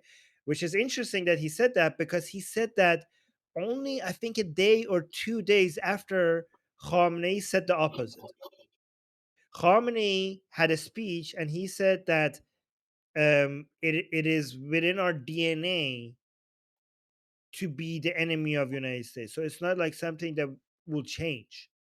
Like this is basically a fundamental part of who we are, and it will never change. And then a day or 2 days after, one of the main officials in the Islamic Republic came and said that we don't necessarily have to be the enemies of United States, which was kind of unprecedented, because more and more government officials are saying things that directly contradicts what Khamenei is saying. Rouhani, every time Rouhani is speaking now, is after a Khamenei speech, and he's coming out and he's basically speaking against everything he said. Like Khamenei just had a recent speech. He came out and said that the Islamic Republic won in the 12-day war. And Rouhani just came out, give a speech after, and he was like, the people who are saying this are delusional. They're basically, the people around them are giving them false information. Like this is unprecedented in Iran, where this many government officials are coming out and openly contradicting the words of Khamenei. Like that used to be an immediate death sentence, but now it's like all over the place, Like, which is interesting Khamenei times. must be so Yeah. scared right now. Like, can you imagine just like him shaking? I don't know. I think okay. Here's another. I have a conspiracy theory. Okay, I have no. So this might be not true, but I think that they're basically keeping him in a bubble and they're feeding him really good information, like basically bullshit information about, like, he really thinks that they won in the 12-day war, that the Iranian people are with him, because he, like, I think like the IRGC has wants to get rid of him, but he's too holy among so many of the radicals. So I think like one strategy is to just make him come out and just say the most obvious bullshit things, because so many of the radicals are really upset that they underperformed, like that they were basically humiliated in the 12-day war. So when Khamenei comes out and says, he basically came out and said exactly this, that they came, they tried to do some evil, but they left empty handed and none of their objectives were accomplished. And I mean, even if you're a radical Muslim in Iran and you support the regime, you were like, what do you mean? They killed 30 of our highest commanders. Like, what the fuck? Like, what do you mean they left empty handed? Like, every single, and this is not an exaggeration, every single top leader of IRGC died within the first few hours. And you're saying they left empty handed and none of their objectives were accomplished? Like, what are you, like, that is too cuckoo even for a radical Muslim to accept. So I don't know what they're doing, but maybe they're just basically feeding him shit information to come and make him, some radicals respect him less or something. Maybe that's very interesting. Does I he don't know know. that they're Like, even like that's criticizing him? what? Oh. Does he know like that they're even like the other members of IRGC are even like criticizing him? Oh, well, no member of IRGC will openly criticize him. So we're talking about Larijani and Rouhani. These are not Yeah. IRGC. Yeah, yeah. Okay. So these are But not, does he know yeah, like yeah. they're criticizing him? I don't know what he knows. He seems to think that most Iranian people are with him. He thinks whenever he hears something, I don't know. I think he really truly believes. I don't know actually if he thinks that, because when they say people, Iranian people, they're only talking about their supporters. So they use a different vocabulary than the rest of us. So it's really hard to tell what he knows, if if he actually believes what he's saying or if he's in a bubble. I guess we'll find out once we did. This is why I want him to be. This is why I hope he doesn't die. If the regime falls, I want him to. I want him to be. I'm like, guys, don't kill Khamenei, kill Rouhani, and then I hope that we get our hands on him so that we could interview and study him like a lab rat for years. That's like a lot of good information. Go ahead, girl. Yeah. Now the thing is, I mean, how can Iran actually see a regime change? I mean, you said that IRGC controls a lot of things. If there is a coup or a revolution, wouldn't the IRGC literally suppress everything? And even if there is a coup in the army of the armed forces, I don't know what it's called, maybe Artesh or Shepa. Even if there is a coup, wouldn't it lead to a civil war in Iran, which we all want to avoid, as we don't want to see another Syria or Libya? We want to see a new Iran, a stable Iran. So how can a regime change happen? So the way that Prince Reza Pahlavi envisions it is that he has a mass forgiveness of the armed forces if they join his side. And right now he has a platform where anonymously people are joining him, and it seems like tens of thousands have already pledged loyalty to him from within the armed forces of the regime already. So, and I don't know if you saw recently, members of the Artesh within Iran, more and more, some of them are coming out holding the lion and sun flag of Iran, pledging allegiance to Prince Reza Pahlavi, coming in the metro. They're getting arrested and stuff, but it's like it's happening more, right? So the idea is that if at some point they see some people within Artesh and maybe Sepah or IRGC, Sepah is basically IRGC, right? They see that the whole thing is falling apart, and if the combination of Israeli attacks, Iranian people rising, and their own internal struggle makes a good portion of them realize that this whole thing is falling apart, then they might use the Iranian people's dissatisfaction as an excuse to say that we're joining the people, and especially with the Artesh, because the Artesh was already loyal to Pahlavi before the Islamic Republic, right? And with the what is it called, mass forgiveness, like afo mumi in English, I don't know what you call it when you basically do a blanket forgiveness or something. It has a specific name. If you give if you basically if many people within the army, if they think that the fall is imminent, and if they join Prince Reza Pahlavi now, they will be considered forgiven. Then you might see a if I mean, because a lot of people believe that Israel will attack, right? Like it's going to happen. Like everybody is getting ready for that. I don't know how accurate that is, but every single analysis that I've seen suggests that Israel is going to attack.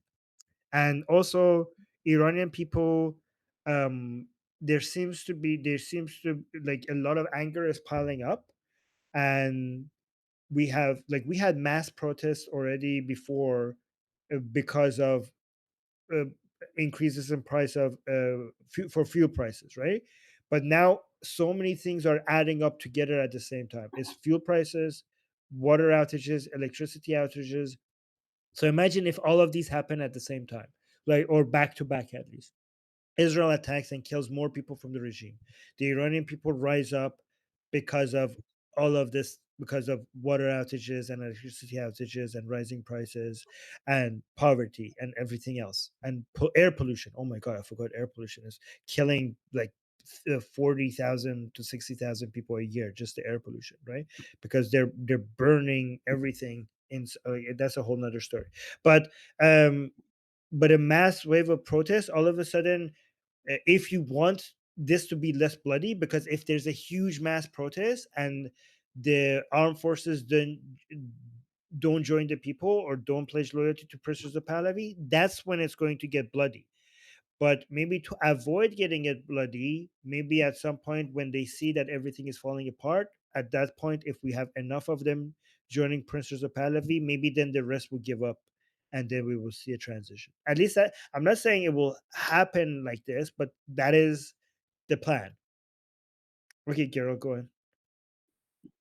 The plan that you say, the same thing happened in my country. The army, a big portion of the army refused to shoot. So the general was forced. And the general still stayed in the army, but the prime minister, she had to escape. And now about Iran, another thing is that what will be Iran's foreign policy? Because today all the conflict in the Middle East, you have Iraq, the insurgency, then Syria, even in Lebanon, and today, right now, you have in Gaza and Palestine, all are being funded by Iran. Who will fill the vacuum when Iran sees a regime change and most of it turns into a secular republic? Who will then take in the vacuum? Will it be Turkey? Will it be the Gulf states? And No, additionally, what will Iran's relationship will be with Afghanistan? Will Iran try to create a pan-Iranian confederation or something like that? no. I mean, Princess of Pahlavi already has a transition. Him and his team and his institution has already produced a very detailed transition period strategy, and they also have the IPP, which is the Iran Prosperity Project. All of that has been. I mean, if the transition is successful, the uh, the vast majority of the Iranian people want a secular democracy, and the Princess of Pahlavi and his team is the one that has the highest amount of support among the Iranian people. So if you go read the foreign policy section of the plan, it basically spells it out in detail for you what the agenda is there. And one of the highest priorities is to recognize Israel. It's very interesting because you can see the plan for the first 100 days after the fall of the Islamic Republic. If you go read the foreign policy section, within week one after the fall of the regime, they want to recognize Israel. So you can see the type of, and they want to have a friendly relationship with everybody in the region. I mean, that it doesn't have an expansionist plan. It doesn't want to expand the borders of Iran or anything like that. It wants to just recognize and maintain and protect the borders that they are, and just have good relationship with everybody in the region, including Israel. That's the plan. Yeah, you're welcome. So you could actually go check this out in the Iran Prosperity Project. They have this all mentioned there, and they also have the emergency. You could also look for the emergency booklet by Nufti, Nufdi, and you can see that the plan is it's actually the best pre-planned transition in history. Like nowhere, never have we had a transition period be this detailed, planned with this much detail before the success of a revolution. So Hopefully, Iran is not going to turn into another hellhole like Syria or Bangladesh or Pakistan. I just hope yeah, that Iran becomes successful. yeah. I mean, honestly, I think the worst thing that could happen is if for the Islamic Republic to manage to successfully rebrand itself and maintain. I think if that doesn't happen, we are going to have a period, as like I don't know how long of a period of a bit of a chaos at first, maybe. But if the Islamic Republic falls, I don't think that is going to continue. I don't think the period of chaos is going to be long lasting, because Iran is not like Syria, Libya, or Iraq, because Iran has a very strong national identity. Okay, these other countries that you mentioned are basically Frankenstein monsters that have been uh, put together by colonial powers, the different groups of people with stronger identities than compared to their national identity, right? So, like in Iraq, the Kurds, the Shias, the Sunnis, they don't feel as Iraq, like the Iraqi Kurds. Let me actually, for example, tell you, like the Kurds in Syria, their identity is mostly Kurdish, not Syrian. The Kurds in Iraq, their identity is mostly Kurdish, not Iraqi. But the Kurds in Iran, their identity is Iranian first, Kurd second. That's how strong the national identity in Iran. There is something that the Iran has that these other countries don't have. And this is why it's easier for Iran to change religion, from Sunni Islam to Shia, from Zoroastrianism to Sunni Islam, from Sunni Islam to Shia Islam, and from Shia Islam now to non-religious, because they have an ancient identity that is their main identity, and that's why you see the greatest mass exodus from religion from Islam has happened in Iran in the past 40 years. Nearly half of Iranians, this has never happened in history. Nearly half of Iranians have left Islam in the past 40 years. For a population of 90 million people, this level of mass exodus out of religion has never happened in history ever before, right? And the reason why it's easier for Iranians to leave Islam is because their main identity was never Muslim. Their main identity was this ancient, deep-rooted identity, which is Iranian, and that's what holds them together. That's true. It's literally a nation of ex-Muslims, ex-Muslim Aryans, no less. Yeah, if the regime goes down, there might be some chaos, but it's not going to be anything like it was in other countries like Iraq or Afghanistan or whatever. The Iranian population is a completely different set of people and set of culture. Like Armin just said, they most of them have left Islam, and they're ready to turn the page. They're going. I think they would honestly welcome Israel's liberators if they did march in. I think that's I think the.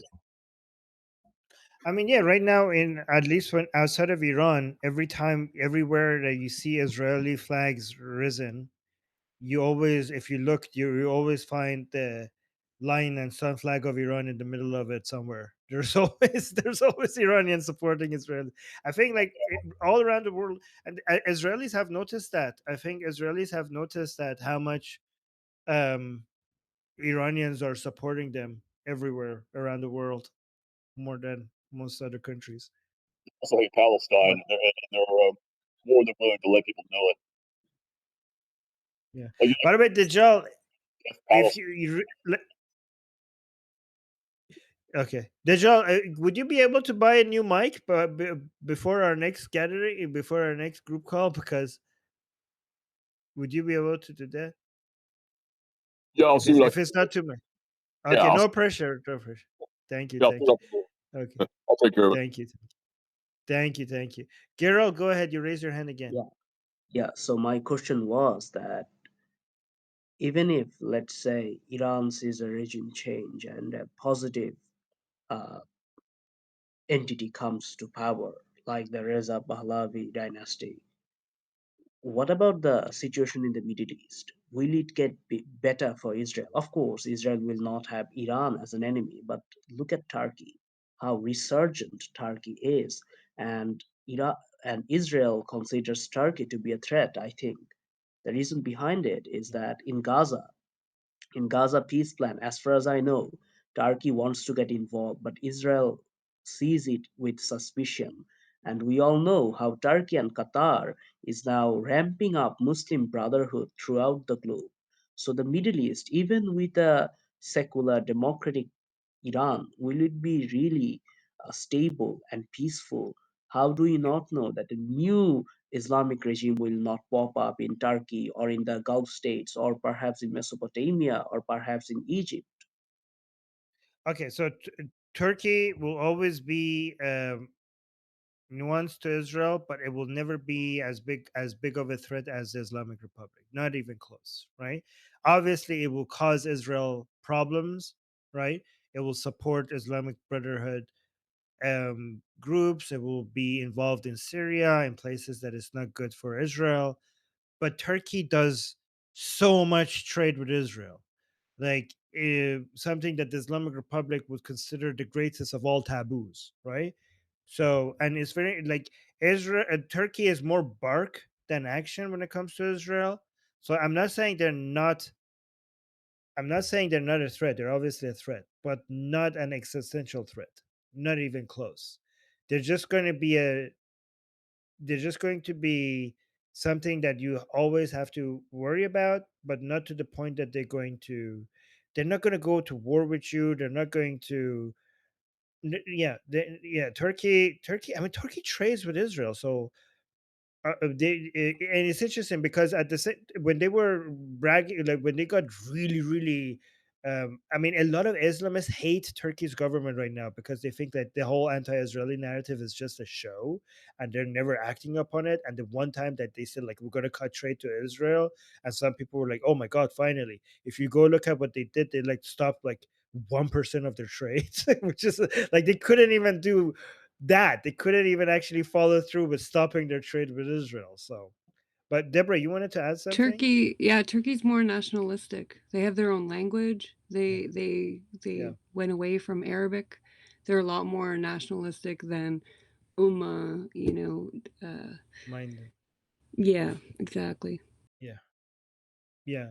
And also the other right now, at least the leaders of the Persian Gulf adjacent Arab countries, they are very much in favor of joining the Abrahamic Accord and normalizing relationships with Israel. So unless there is an Islamic revolution in Saudi Arabia, and either the Wahhabis or the Muslim Brotherhood somehow manage to take down the house of Saud, and if the house of Wahhab manages to take down the house of Saud, yeah, then that could be a huge problem. But I think without the Islamic Republic, we're still going to have acts of terror against Israel. We're going to still have terroristic movements and terrorist groups against Israel, but it's not going to be as organized and well funded and well trained as when we have the Islamic Republic in power. So yeah, Israel will always have enemies, but it's going to be so much better without the Islamic Republic. Like, it's going to be a lot easier to deal with without the Islamic Republic.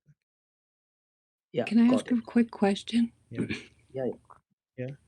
Sorry. Go on. Oh, No, go I on. was thinking, like, if Iran goes away, is Qatar similar in funding all the terror groups and, like, you know, all the Islamist groups the way Iran does? I feel like Qatar is like similar in that Yeah, aspect. Qatar is more all about leverage, right? Qatar is less like Qatar is willing to like stop supporting the terrorist groups if it thinks that it's not going to give it leverage. Like, Qatar is a lot more flexible regarding what it supports. Like, today it will support progressives, and they're like, oh, now tomorrow it will support, I don't know, MAGA people, and then the next day it will support Nick Fuentes type people. Whatever, it just needs to be involved, right? Like, They all try to sides. just stay Like, it just relevant wants kind of leverage thing. on. But they like run Al Jazeera, Yeah. which is like propaganda machine and everything, right? That's why I was thinking that. Yes. But they But fund look a at Al lot of Jazeera, the because stuff. but Al Jazeera, for example, then has AJ Plus, which is mostly like leftist woke stuff rather than Islamic stuff, right? I mean, it's interesting because the Yeah, AJ but Plus is that's a way of continuing to get all the, you know, lefties on board, right? I feel. Yeah, but now they're supporting MAGA. Like, it's very interesting. At one point they're supporting, so now they're supporting the MAGA. MAGA group that are becoming anti-Israel. They're trying to split the right. I think that's their part of the plan, to split the right, the MAGA guys. Yeah. So here's the thing. Qatar has come to the conclusion that we're so tiny and we don't have much military power, so we need all the soft power we could get, because that's the only game we can play. We have oil and gas, and we need to spend as much on media and soft power, because that's the game that we could win. And honestly, I think Qatar might actually tone it down, maybe, I think, on supporting anti-Israeli shit ever since they got bombed, because that was a huge wake-up moment for them, because they don't like, they're like, oh my like, the chickens have come home. What is it called, that saying? Like, it finally got to their own home. Like, they're like, holy shit, dude, this is not what we wanted. Like, we didn't want all of this garbage in our own backyard. Like, fucking hell, how do we make this never happen again? Right? So they're like, we need to, like, I think Israel has demonstrated that they just rule the Middle East now, and they could strike anywhere, anytime they want, with very little consequences. So everybody, including Qatar, has realized that they need to just bow down to the king, because they just own this area. Right? Like, and I think Qatar might have been like slapped to reality, and is like, all right, that's good to know. Like, realize.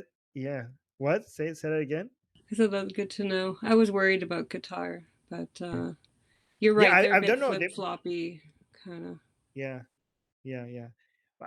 I don't know. This might. I'm just guessing, but we'll see. Because this was a guess. So this is what I just said was not necessarily facts.